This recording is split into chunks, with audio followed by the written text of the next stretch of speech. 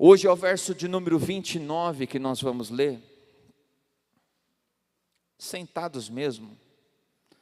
Diz assim a palavra do Senhor: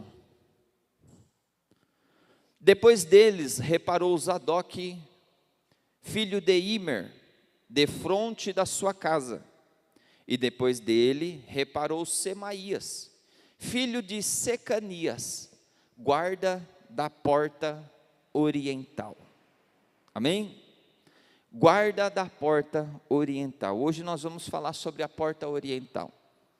Eu estive durante essa semana pensativo, meditando um pouco, mas pensando um pouco sobre essa palavra. Os irmãos que têm chegado hoje, não estão por dentro, nós estamos numa série às terças-feiras. A série original não é sobre as portas, nós estamos na série sobre Neemias. Mas no capítulo 3 nós paramos, porque no capítulo 3 tem 10 portas. Então nós paramos ali no capítulo 3, estamos falando cada quinta-feira de uma porta. Hoje é a 9ª porta, a quinta-feira que vem é a 10ª. E nós encerraremos e depois continuaremos o Neemias aí. Tem muita coisa para aprender em Neemias. E hoje é a 9ª porta, então são 9 semanas consecutivas com hoje, que nós estamos cada semana falando de uma das portas que foram restauradas em Jerusalém. Não faz apenas 9 semanas que nós estamos na série, porque até chegar aqui nós tivemos aí 3, 4 semanas, nós estamos pelo menos de 3 a 4 meses já nessa série, ininterrupta, não teve uma quinta-feira que foi um assunto diferente por enquanto, pode ser que tenha daqui para frente, mas não teve por enquanto. Nós estamos falando da porta, cada semana uma porta, cada semana um aprendizado, e eu estava meditando essa semana sobre essa porta, e diferente do que eu falei algumas semanas atrás, quando nós vamos ver as portas, nós temos pouco conteúdo de pesquisa, o campo de pesquisa é mais raso, você precisa se esforçar mais, para cavar um pouco mais e entender, porque o versículo fala daquela porta e tchau, vai para a próxima porta e acabou. Diferente, essa porta aqui, ela tem muito conteúdo, e a minha missão, eu estava aqui falando com Deus, porque ela tem um conteúdo histórico até hoje. Geralmente nós falamos de portas que nem existem mais, porque hoje são 8 portas que tem, porque existe o muro hoje em Jerusalém com portas, mas hoje são 8, no total da época de Neemias eram 12, no capítulo 3 são 10, no capítulo 12 tem as outras 2, e tem portas ali que nem existem mais, foi para um tempo, e nós usamos o símbolo dela, o significado dela, entendendo o que Deus quer passar para nós através daquela porta. E numa leitura rápida, quando se vai pregar sobre isso, dá um certo desespero, porque a gente lê, depois deles reparou Zadok, filho de Imer, defronte da sua casa, e depois dele reparou Semaías, filho de Secanias, guarda da porta oriental. Você fala, o que você tira daí? Mas quando eu vou dar uma olhada, e não preciso ir tão fundo para começar a entender que essa porta é profunda, eu começo a me assustar, e eu quis negociar com Deus, falei, Deus, deixa eu pregar essa palavra num culto de ceia, pela profundidade, porque ela é uma porta muito profunda. E aí eu não senti a confirmação, não veio, eu queria trocar, pregar a última porta hoje e deixar essa para a ceia, mas não, vamos falar dela hoje aqui. E a minha missão é trazer toda essa profundidade de uma forma simples, e esse é o desafio, trazer toda a profundidade da palavra de uma forma simples, para que nós possamos entender o recado que Deus tem para hoje. Eu vou falar muito hoje sobre história, e eu quero que você tenha um pouquinho de paciência comigo, para nós entendermos no final o que Deus quer com a gente nessa história. Primeiro, faz o favor para mim, e coloca a primeira foto, que é a da porta mesmo, que eu mandei ali, pedi para eles colocar. Isso, gente, dá para ver bem daí? Dá para identificar mais ou menos como que é? Essa foto é nos dias de hoje, tá? Nós não vamos ter fotos da época de Neemias, o máximo às vezes é relatos e desenhistas fazerem desenhos. Isso aqui é uma foto. Essa foto é dos dias de hoje, que está no Google. Bate no Google lá, você vai colocar a porta porta oriental, porta leste, porta dourada, é a mesma porta que tem os seus nomes, os seus significados. Essa porta, ela não foi restaurada por Neemias na época de Neemias, esta da foto. Depois de Neemias, Israel, Jerusalém já entrou em outras batalhas e também perdeu outras batalhas. E ali foi tomado, e os muros e as portas que Neemias restaurou no seu tempo já foram destruídas. Entende-se, e a história diz que eles levantaram outros muros no mesmo lugar, outras portas no mesmo lugar. Eu só estou falando para você entender, porque o símbolo é o mesmo, o local é o mesmo, o significado é o mesmo, mas quando nós vamos entender, aquelas pedras, então será que foi o homem que nós lemos na Bíblia aqui, que colocou aquela pedra que nós estamos vendo? Não, eu aponto aqui porque tem uma TV, então eu vejo de frente aqui, tá? Mas você está vendo atrás de mim aqui. Não, ali já foi, no tempo de Jesus, pouco tempo após Jesus, algo em torno de 70 anos, os romanos já tomaram conta, já destruíram muitas portas. Depois disso, 16 séculos, cerca de 1.600 anos, 1.540 e poucos anos depois de Cristo, já na era cristã. Pastor, o que era cristã? A era depois de Cristo. Pós-Cristo era cristã. Israel esteve em batalha, e os muçulmanos, eu não vou usar nomes técnicos, mas os muçulmanos entraram em guerra contra Israel e venceram Jerusalém, mais propriamente dito. Eles entraram em batalhas e venceram essas batalhas. Eu preciso que você preste atenção, porque eu estou contando, e daqui a pouco a gente vai ver que a Bíblia fala tudo sobre a história que aconteceu e que ainda vai acontecer. Eles entram em batalha contra Jerusalém e tomam Jerusalém. Quando eles tomam Jerusalém, esse muro que tem em volta de Jerusalém hoje, foi construído por esses muçulmanos, cerca de 16 séculos pós-Cristo. Para nós, ano de 1600, a história fala que é um pouquinho antes, 1500 e pouco. Eles tomam Jerusalém, e eles possuem, assim como nós já estudamos sobre cativeiro babilônico, nós já falamos sobre os outros cativeiros da época da Bíblia, eles tomam Jerusalém também, isso é história. Tomando Jerusalém, eles tomam conta do povo, o povo ainda está morando lá, mas é eles que mandam, eles que fazem, e eles restauram o muro, que Roma tinha destruído tempos antes, que os de Neemias, Roma destruiu, e chegam os muçulmanos, cerca de 1600 anos após Cristo, e restauram os muros, só que aí eles vão restaurar nos princípios deles, não é simplesmente para proteger a história, muito pelo contrário, é para dominar, é para fazer a lei deles, o jeito deles e dominar o povo. Então ali eles tomam e reconstroem, e esse de hoje é feito pelos muçulmanos. Interessante nós observarmos que quando nós vamos chegar nessa porta oriental, se no meio da palavra aqui eu falar porta dourada, você entende que é a mesma porta, tá bom? Não estou falando de duas portas diferentes, porque eu sei que o tic-teco aqui pode na hora dar uma bugada, porque nas pesquisas às vezes eu coloco a porta dourada, a porta oriental, mas depois você pode pesquisar, você vai ver que é os dois nomes para a mesma porta. Essa porta oriental, ela tinha um significado que os muçulmanos, quando foram restaurar, descobriram o significado dela. Eles descobriram que havia a profecia, que os judeus que já tinham o Antigo Testamento, que já existia, mas para os judeus que não creem que Jesus Cristo era o Messias, eles não creem no Novo Testamento.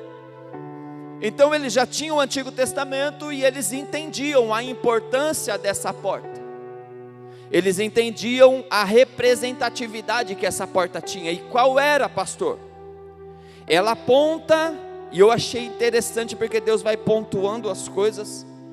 E o pastor Marcelo aqui ministrando, ele falando sobre salvação, sobre estar preparado, e nós estamos falando hoje de uma porta que aponta para o arrebatamento da igreja. Ela aponta sobre isso. Ele lembra que os muçulmanos, eles lembram que havia uma profecia falando sobre isso, que o Cristo viria e passaria pela porta dourada ou a porta da guarda. É por isso que quando eles vão restaurar essa porta, o que eles fazem? Se você observar, ela está fechada. Se você observar, eu não sei se na imagem dá para ver bem daí de onde você está, mas você vê que não é uma porta de madeira, ela tem o contorno, o desenho, mas ela é lacrada. Não tem porta ali, tem lembranças que um dia teve porta. Porque o muçulmano, para contrariar os judeus e tomando conta dos judeus, eles estão querendo dizer o quê? Se o Messias que vocês esperam vai entrar por essa porta, a porta estando fechada, ele não conseguirá entrar. Está conseguindo acompanhar o raciocínio? Não muito distante disso, eles também têm um entendimento da lei. Aqui vai algo para nós entendermos como uma aplicação prática para nós hoje. Os nossos inimigos conhecem as nossas regras de fé. Os nossos inimigos, espiritualmente falando. Quando alguém é capacitado por Satanás para vir debater, para vir matar a nossa fé, possivelmente vão vir usando Bíblia, vão vir usando versículos talvez isolados, mas vai vir usando para nos fazer pensar e refletir sobre a nossa fé. Eles tomam conta de Jerusalém, e eles entendiam que também o Messias que viria, ele viria como um sumo sacerdote. O que isso quer dizer? Se você for ler em Levítico, o sumo sacerdote, ele tem as regras parecidas com o nazireu. Ele não é o nazireu, mas ele tem as regras parecidas como o nazireu. E o que isso quer dizer? Uma das regras do sumo sacerdote é não tocar em cadáver. Por que eu falo do nazireu? Porque você possivelmente vai lembrar do Sansão, que também não podia tocar em cadáver. Mas a regra do sacerdote era a mesma. Não podia tocar em cadáver. Aí os muçulmanos, o que eles fazem? Se não bastasse lacrar a porta, porque a gente pode olhar para isso e falar, tudo bem, Deus é soberano, não há porta fechada que Ele não possa abrir, não é? Ele é soberano, Ele é poderoso. O que eles fazem? Eles colocam a imagem do cemitério para mim, fazendo favor.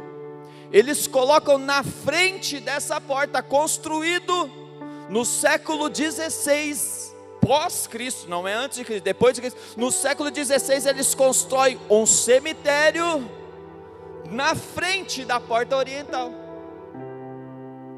Está conseguindo acompanhar o raciocínio? Se o Messias desse povo judeu vai entrar e passar por essa porta, agora que está sob o poder muçulmano, não vai mais passar sobre essa porta, porque a porta está lacrada. Mas vamos dizer que ele é poderoso, vamos dizer que ele é forte. Vamos na cabeça deles, tá bom? Eu sei que ele é poderoso, eu sei que ele é forte, é por isso que eu estou aqui pregando sobre ele. Mas vamos na cabeça deles, vamos dizer que ele é poderoso, vamos dizer que ele é forte, vamos dizer que ele fala alguma coisa ou acontece alguma coisa e ele estoura essa porta e passa por esse vão. Se ele não pode tocar em cadáver, vamos construir um cemitério na porta, porque para ele chegar na porta ele tem que ter passado por túmulos, e ele não pode passar por túmulos. Isso, lembrando, nós estamos falando da história, mas até hoje, essa é foto atual, tá bom? De todas as portas que nós falamos, essa é a que é mais atual, tem mais argumentos de hoje. Se você abrir no Google e digitar qualquer pesquisa, você vai chegar nessas imagens, no Google, no YouTube. É atual, por quê? Porque até hoje, no século 16 eles fecharam a porta, construíram o cemitério, e até hoje essa porta ainda está fechada e esse cemitério ainda está lá. Interessante nós observarmos isso. Por quê? Porque os muçulmanos, eles tentaram parar uma profecia. E qual é a profecia? Quando você vai ver a Bíblia, você vai ver que existe uma palavra de Deus em Ezequiel, capítulo 42, coloca para mim fazendo favor, verso 1 e o verso 2, falando que o Messias viria. Na verdade em Ezequiel tem o 42, 44 e 46, depois você lê com calma, eu pego uns pontos assim para a gente entender a história e dentro do meu tempo.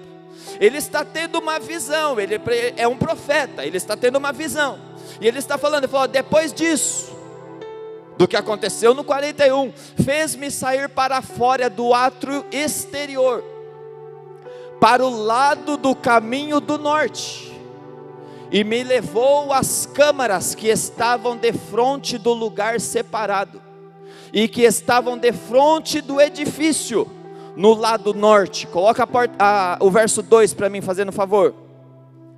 Do comprimento de 100 côvados, era a entrada norte, e a largura era de 50 côvados. Deixa eu ver que esse versículo não é o que eu estava pensando. Perdão, 44.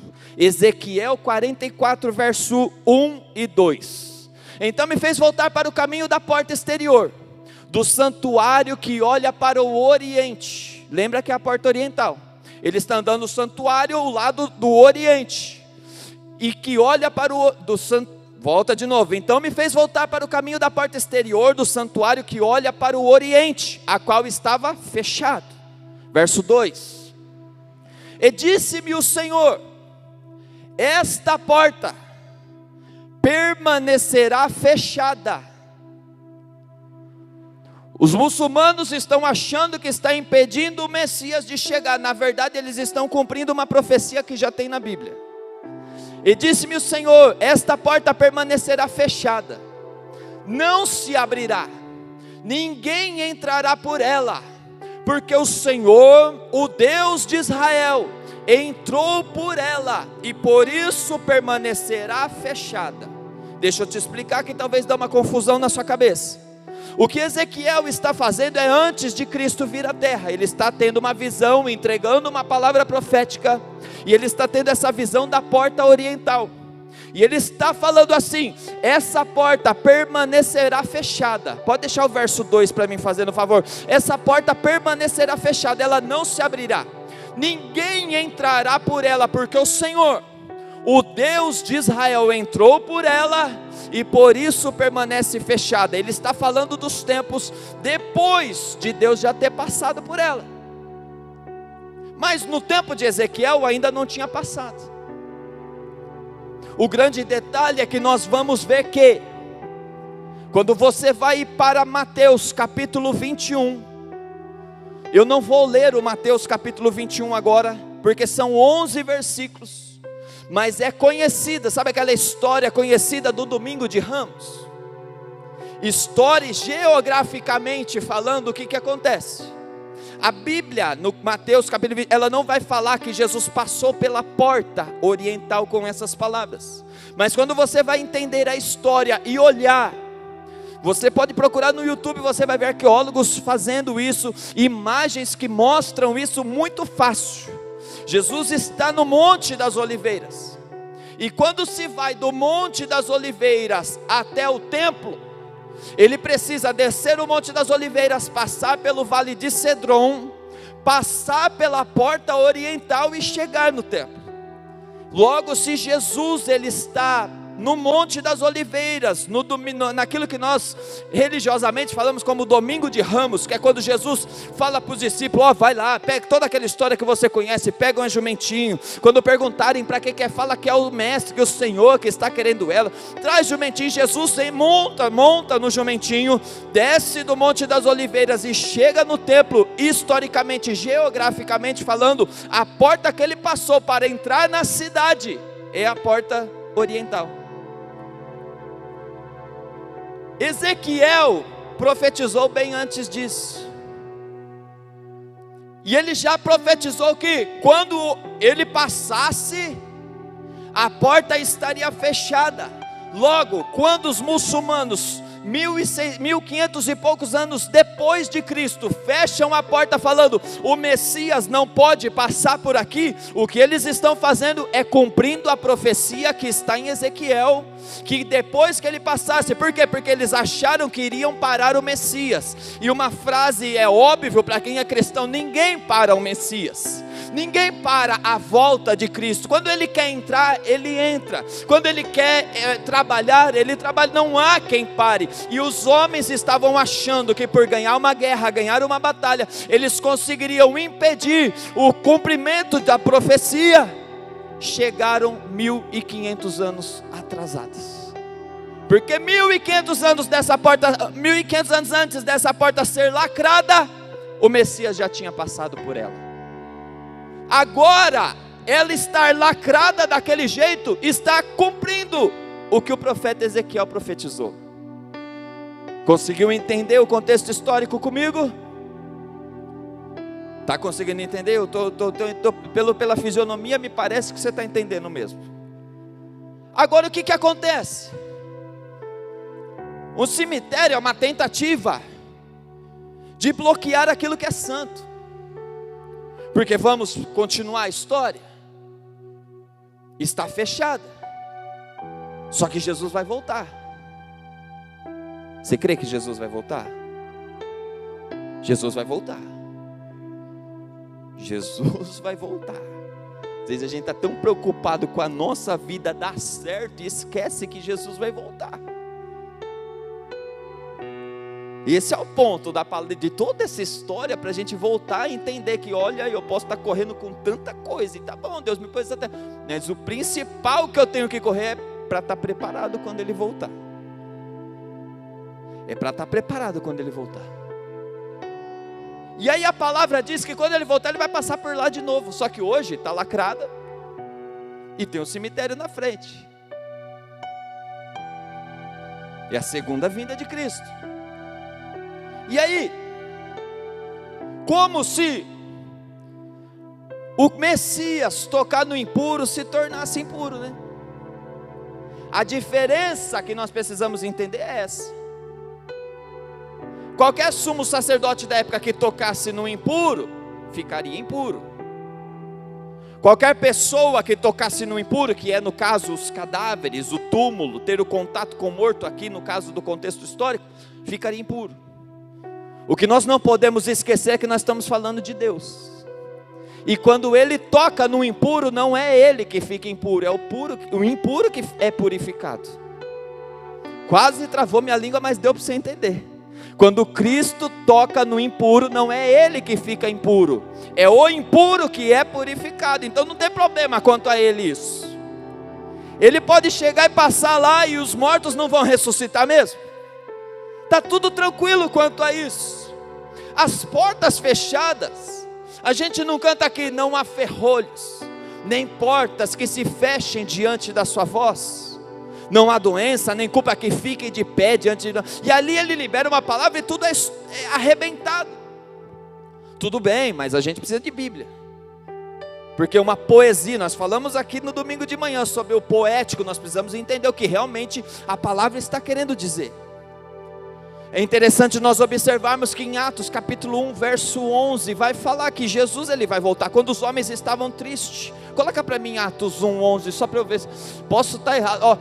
Os quais disseram, homens galileus, por que está olhando para o céu? Esse Jesus que dentre vós foi recebido lá em cima no céu, Ele há de vir assim como para o céu vistes ir. Ali é o povo, está vendo que Jesus foi elevado ao céu. No Monte das Oliveiras, diga-se de passagem, Ele foi elevado ao céu, que é o monte que dá de frente para a porta oriental, por isso que eu estou falando. Mas os homens estão vendo, Jesus foi elevado ao céu. Aí vem o anjo fala para ele, mas olha, o que vocês estão olhando para cima? Fica tranquilo, não precisa ficar triste que Ele foi. Do mesmo jeito que vocês viram Ele ir, vocês verão Ele voltar.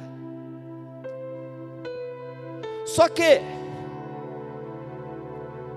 Ele vai voltar, vai reinar, e vai encontrar aquilo lá. E como é que vai ser? Eu já concluo. Eu tentei ser o mais simples, e se eu ficar inventando aqui eu vou me perder, então eu já concluo. Zacarias libera uma profecia sobre como vai ser. profeta Zacarias libera uma profecia linda sobre como vai ser. Como vai ser, pastor? Coloca para mim Zacarias capítulo 14, verso de número 4. Zacarias 14, verso 4. Ixi, a letra ficou pequena, a idade está chegando. Naquele dia, que dia? O grande dia da volta de Cristo. Se você ler os versos anteriores, você vai entender. Os seus pés estarão sobre o monte das oliveiras, que dá de frente para a porta, amém? Que está de frente de Jerusalém para o oriente. Eu fui querer explicar, o versículo está explicando. Se a porta é oriental, o monte está de frente para Jerusalém, do lado do oriente está de frente de qual porta? É o que aconteceu lá quando Jesus desceu no jumentinho, estava no Monte das Oliveiras e entrou em Jerusalém. É o que vai acontecer de novo. E o Monte das Oliveiras será fendido ao meio. Ó, que escatológico, eu amo isso.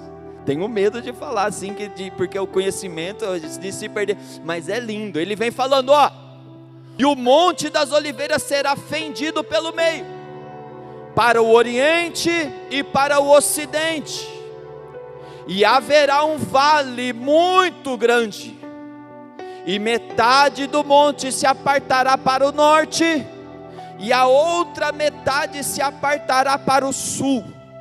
E eu vou concluindo aqui. O que ele está falando é do grande dia, quando Cristo vai descer. Isso aí já está lá no milênio, já está acontecendo muita coisa aí. A igreja já vai vir para reinar com Cristo. Eu sei que aí há divergências teológicas, mas é o que eu acredito. Mas o que está escrito na Bíblia é que Jesus, ele vai descer, ele vai pisar no monte para entrar, e ali o que acontece? A terra vai abrir, metade para um lado, metade para o outro, vai ter um vale muito grande. Aí entra a questão do cemitério resolvida. Por quê? Porque fende a terra, joga metade dos mortos para um lado, sem tocar no impuro. Os homens estavam achando que eles estavam parando Jesus, ou o Messias, na visão deles. Eles estavam achando que eles estão fazendo tudo e conseguindo bloquear, quando na verdade, tudo que eles fizeram para parar as profecias, é apenas cumprimento das próprias profecias. Isso. Ele virá, ele vai voltar. Pastor, então vamos resumir aqui, o que é reparar a porta oriental? É olhar para a minha vida hoje e lembrar, Jesus vai voltar. Os meus planos para daqui 10 anos, talvez pode ser um grande pastor, talvez ser um grande empresário, talvez ver meus filhos bem sucedidos, cresceram, talvez o seu, eu não sei qual que pode ser o seu plano para daqui 10 anos, a grande questão é que nós estamos acostumando a fazer grandes planos para o futuro, e nos esquecemos de que hoje, esse dia pode não acabar e ele pode voltar hoje. Esse dia pode não acabar, e aí todos esses planos que são até válidos, desde que eu não esqueça que Jesus está voltando. Não dá para fazer nada antes e falar, não, depois eu me preocupo com isso. Não dá para fazer nenhum plano antes e falar, não, depois eu me preocupo com isso, porque Jesus está voltando. Reparar a porta oriental é ter a consciência na minha vida, é ter a consciência com as pessoas que eu converso no meu dia a dia, de conscientizar essas pessoas. Você pode estar indo muito bem, talvez você não está indo bem, talvez você está frustrado com coisas que você não conseguiu alcançar aqui na terra, talvez você está frustrado com situações que você não tem conseguido resolver aqui na terra, e isso frustra, isso decepciona, isso toma tempo, mas nós não podemos esquecer, independente de tudo que é terreno, pode ser nossa família, pode ser ministerial, pode ser profissional, pode ser o que for, nada disso pode tomar o lugar da santidade, da convivência com Deus, de entender, Ele está voltando, e quando Ele voltar, pode ser agora, pode ser que não acabe essa pregação, Ele precisa me encontrar preparado para estar com Ele. E eu finalizei. Se coloca em pé, finalizei mesmo. Estou mentindo.